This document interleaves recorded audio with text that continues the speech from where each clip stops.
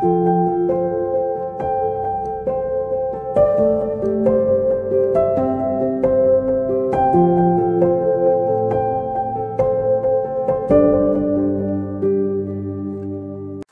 à chacun pour ce temps de partage biblique.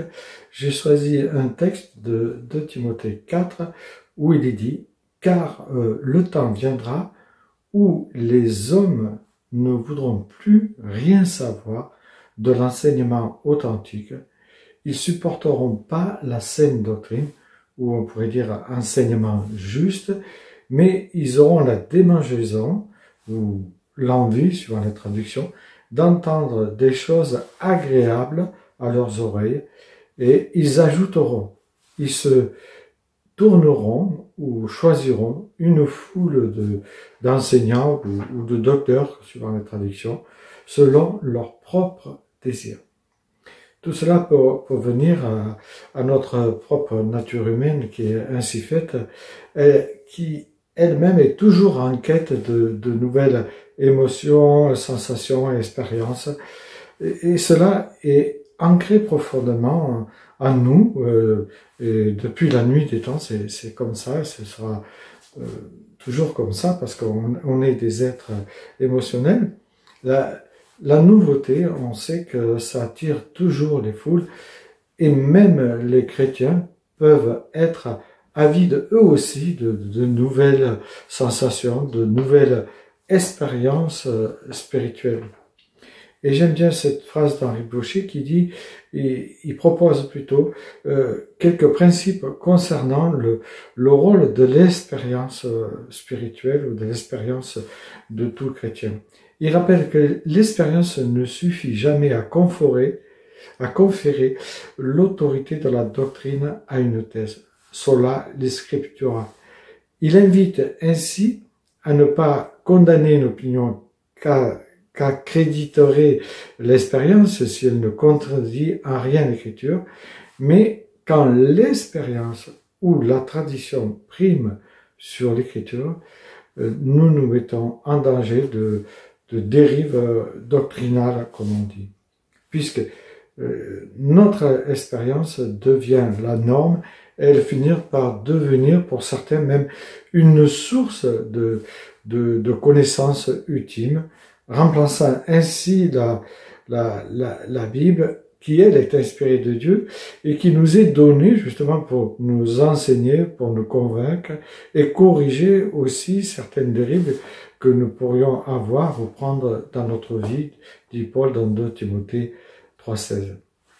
Lorsque l'expérience prime sur la parole, plusieurs dangers peuvent survenir, et ça peut être, comme je l'ai dit, des dangers de dérive doctrinale qui s'appuient principalement sur l'expérience personnelle et finissent par aboutir en fait à des enseignements qui vont s'éloigner petit à petit de la vérité biblique.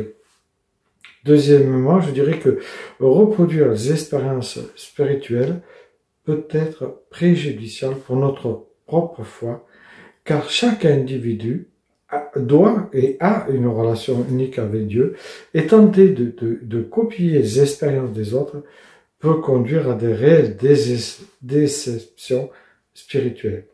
Et troisièmement, prioriser les expériences émotionnelles peut entraîner une foi qui va se baser sur les sentiments plutôt que sur la compréhension profonde de l'écriture. Cette approche peut conduire justement à une foi instable, dépendante d'émotions, fluctuantes justement. Et quatrièmement, sans une ancre solide dont il est question dans la Bible, dans l'Épître aux Hébreux, les croyants peuvent devenir très vulnérables et emportés par le vent de tout enseignement erroné, par de beaux parleurs et des pratiques bibliques s'écartant ainsi de la vérité divine. Le danger, on sait qu'il vient souvent qu'au lieu d'interpréter nos expériences à la lumière de la Bible, nous interprétons la Bible à la lumière de nos propres expériences. Si l'expérience personnelle, je le dis, devient une norme absolue, elle risque de remplacer et d'effacer la relation divine, ce qui nous éloigne de la vérité spirituelle de l'Écriture. En revanche, une expérience guidée par Dieu et alignée sur sa parole est peut-être très précieuse. C'est pour cette raison qu'il est primordial de faire comme les Juifs de Bérée, qui accueillirent la parole avec beaucoup d'empressement, mais qui examinaient chaque jour les Écritures pour voir si ce que Paul leur disait était exact. Acte 17, 10, juste au verset 15. Comme les chrétiens de Bérée, cherchons à savoir si ce qu'on nous dit, ou ce que nous entendons, ou ce que nous expérimentons est exact. Bonne journée à chacune et chacun.